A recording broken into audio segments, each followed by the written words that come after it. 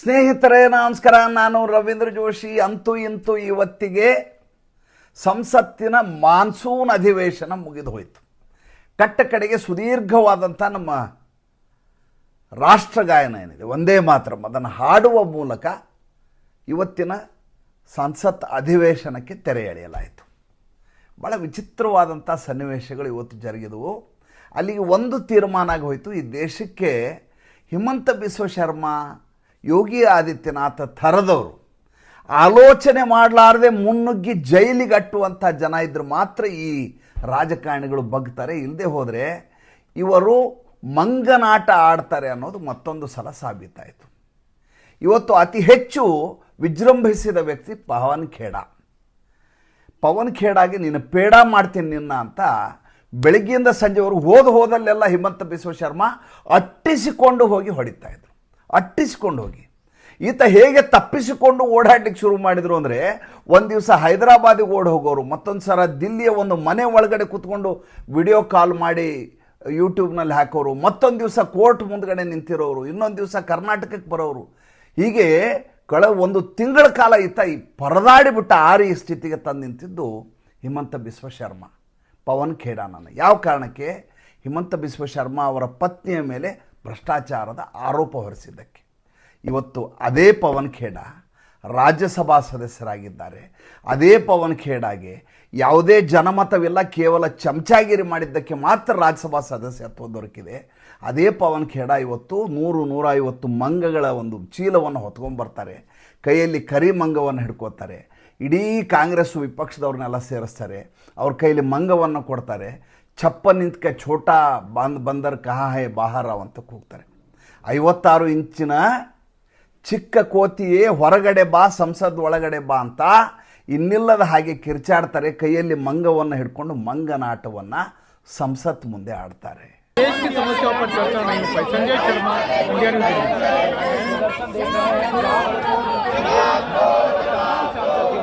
ಎಷ್ಟು ನಿಕೃಷ್ಟ ಸ್ಥಿತಿಗೆ ಬಂದು ನಿಂತಿದ್ದಾರೆ ಇವರು, ಸುಮ್ಮನೆ ಅರ್ಥ ಮಾಡ್ಕೊಳ್ಳಿ. ಘನತೆ, ಘನವಂತಿಕೆ, ಪಾವಿತ್ರ್ಯತೆ, ಸಂವಿಧಾನ ಎಲ್ಲವೂ ಗಾಳಿಯಲ್ಲಿ ತೂರಿ ಆಯಿತು. ಯಾವುದು ಜಂತರ್ ಮಂತರ್ನಲ್ಲಿ ನಡೆಯಬೇಕೋ, ಯಾವ ರಾಮಲೀಲಾ ಮೈದಾನದಲ್ಲಿ ನಡೆಯಬೇಕೋ ಅಂಥವು ಈಗ ಸಂಸತ್ತಿನ ಆವರಣದಲ್ಲಿ ನಡೀತವೆ.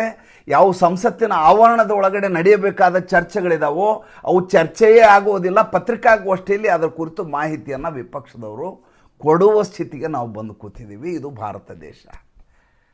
ಏನು ಭಾಳ ನಿರೀಕ್ಷೆ ಇಟ್ಕೊಟ್ಟು ಇವತ್ತೇನು ನಾನು ಲೋಕಸಭಾ ಅಧಿವೇಶನವನ್ನೇನು ನೋಡಲಿಲ್ಲ. ಇವತ್ತು ಸುಮ್ಮನೆ ಇಷ್ಟು ದಿವಸ ವ್ಯರ್ಥ ಮಾಡಿಬಿಟ್ಟಿದ್ದೀನಲ್ಲ ಅಂತ ಒಂದು ಬೇಸರ ಕೂಡ ಇತ್ತು. ಯಾಕೆಂದರೆ ಪ್ರತಿ ದಿವಸ ಇವತ್ತೇನಾದರೂ ಆಗಿಬಿಡ್ಬೋದು, ಇವತ್ತೇನಾದರೂ ಬದಲಾವಣೆ ಆಗ್ಬೋದು ಅನ್ನುವಂಥ ನಿರೀಕ್ಷೆ, ದೇಶದ ಕುರಿತು ನಮಗಿರುವಂಥ ಕಳಕಳಿ ಹಾಗೆ ನಮ್ಮನ್ನು ಅಲ್ಲಿಗೆ ತಳ್ಳತ್ತೆ. ಅದು ನಮ್ಮ ಬೇಡ ಅಂದರೂ ಕೂಡ ನಮ್ಮ ಲಕ್ಷ್ಯ ಅದರ ಕಡೆನೇ ಇರುತ್ತೆ.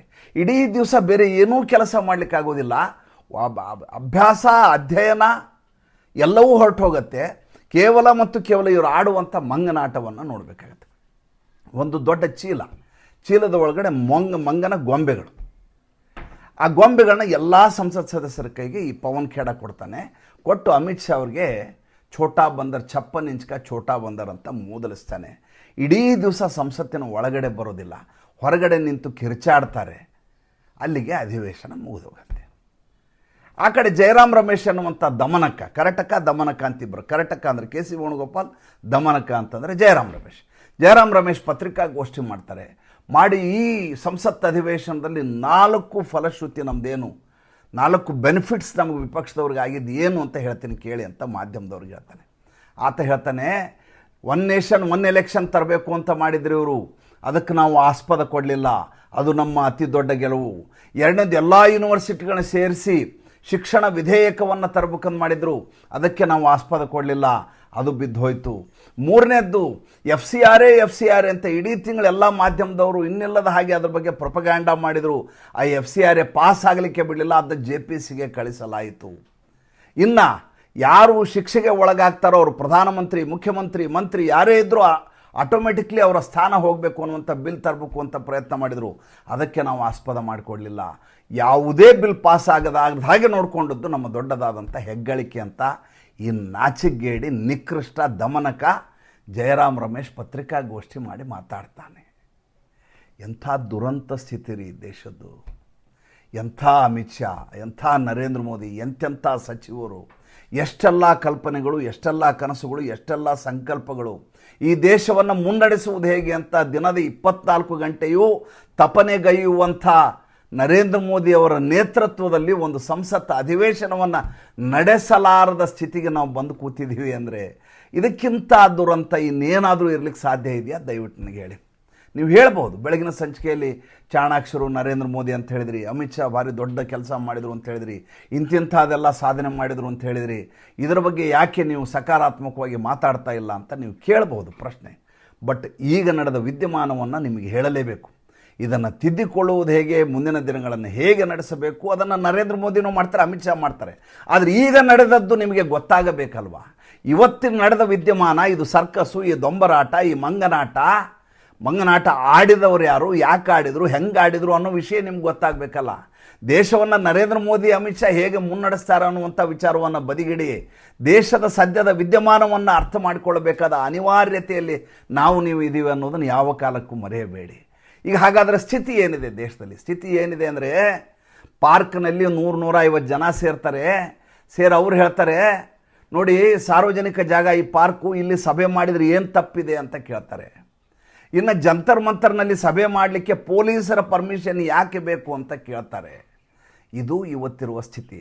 ಸಂಸತ್ ಸದಸ್ಯನಾದವನು ಅಥವಾ ನಾಮಾಂಕಿತಗೊಂಡಂಥ ರಾಜ್ಯಸಭಾ ಸದಸ್ಯನಾದವನು ತನ್ನ ಕೆಲಸ ಇರೋದು ಸಂಸತ್ತಿನ ಒಳಗಡೆ, ಅಲ್ಲಿ ಕೂತ್ಕೊಂಡು ಪಾಲಿಸಿಗಳನ್ನು ಮಾಡಬೇಕು, ತನ್ನ ಮೂಲಕ ತನ್ನ ಕ್ಷೇತ್ರಕ್ಕೆ, ತನ್ನ ದೇಶಕ್ಕೆ ಏನು ಕೆಲಸ ಮಾಡಬಹುದು ಅನ್ನುವಂಥ ಆಲೋಚನೆಯನ್ನು ಮಾಡಬೇಕು ಅನ್ನೋದನ್ನು ಬಿಟ್ಟು, ಕಾಲೇಜ್ ಕ್ಯಾಂಪಸ್ಸಿನ ಕ್ಯಾಂಟೀನ್ ರೀತಿಯಲ್ಲಿ, ಕಾಲೇಜ್ ಕ್ಯಾಂಪಸ್ಸಿನ ಹೊರಗಡೆ ಇರುವ ಮರದ ನೆರಳಿನಲ್ಲಿ ಕೂತು ತಮಾಷೆ ಮಾಡಿದ ಹಾಗೆ ಸಮಯವನ್ನು ಕಳೆಯುವಂಥ, ವ್ಯರ್ಥಾಲಾಪನೆ ಮಾಡುವಂಥ ವಿಪಕ್ಷದವ್ರು ಇದ್ದಾರಲ್ಲ, ಇಂಥ ವಿಪಕ್ಷದವ್ರನ್ನ ನಾವೇ ಆರಿಸಿ ಕಳಿಸಿದ್ದೀವಿ ಅನ್ನೋದನ್ನು ದಯವಿಟ್ಟು ಮರೆಯಬಾರದು.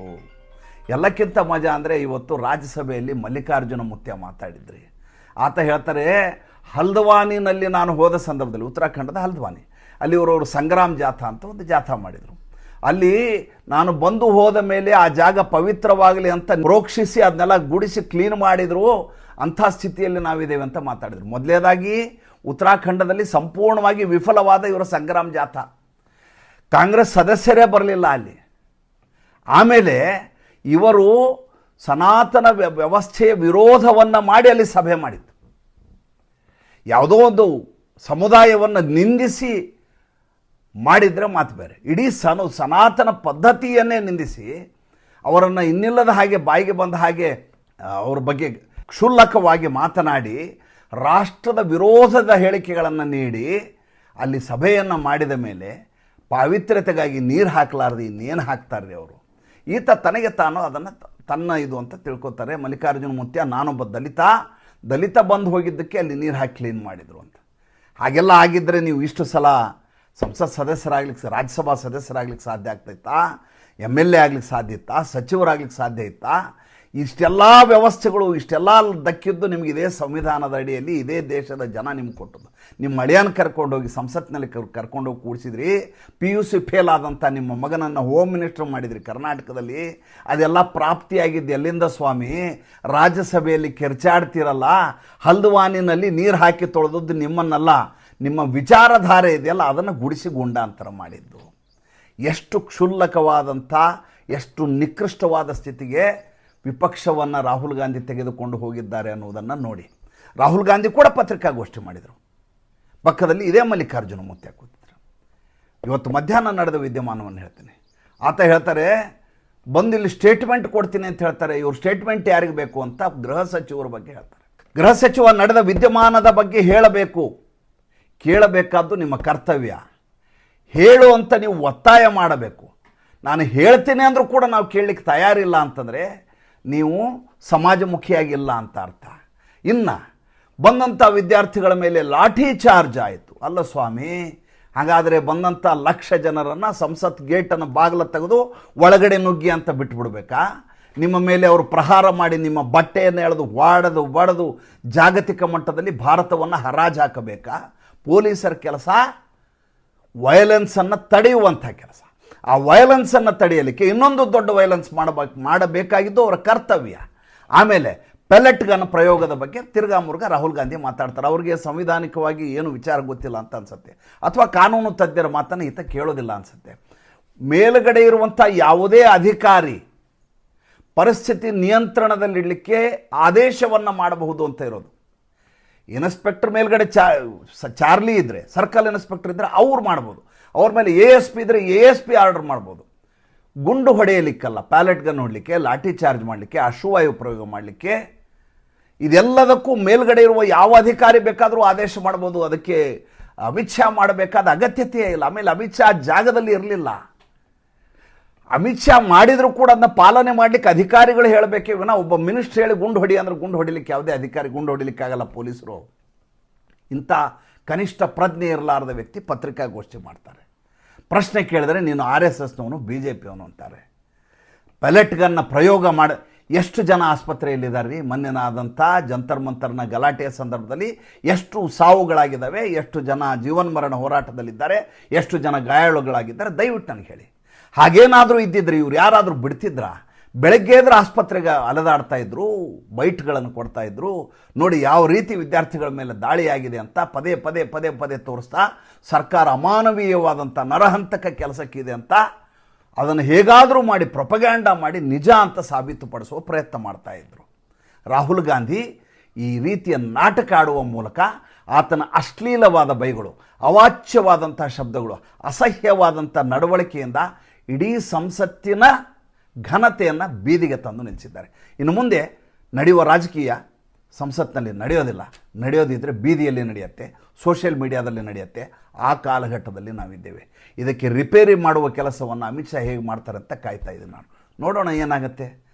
ಘೋಡಾ ಹೈ ಮೈದಾನ ಹೈ, ಏನಾಗುತ್ತೆ ಕಾದು ನೋಡೋಣ. ಮತ್ತೆ ಮುಂದಿನ ಸಂಚಿಕೆಯಲ್ಲಿ ಹೊಸ ವಿಷಯದೊಂದಿಗೆ ಬರ್ತೇನೆ. ತುಂಬ ವಿಷಯಗಳನ್ನು, ಬೇರೆ ವಿಷಯಗಳನ್ನು ಮಾತಾಡೋದಿದೆ. ನಾಳೆಯಿಂದ ಯಥಾ ಪ್ರಕಾರ ನಮ್ಮ ಉಳಿದ ವಿಷಯಗಳ ಮೇಲೆ ನಾವು ಕೇಂದ್ರೀಕರಿಸೋಣ. ನಮಸ್ಕಾರ.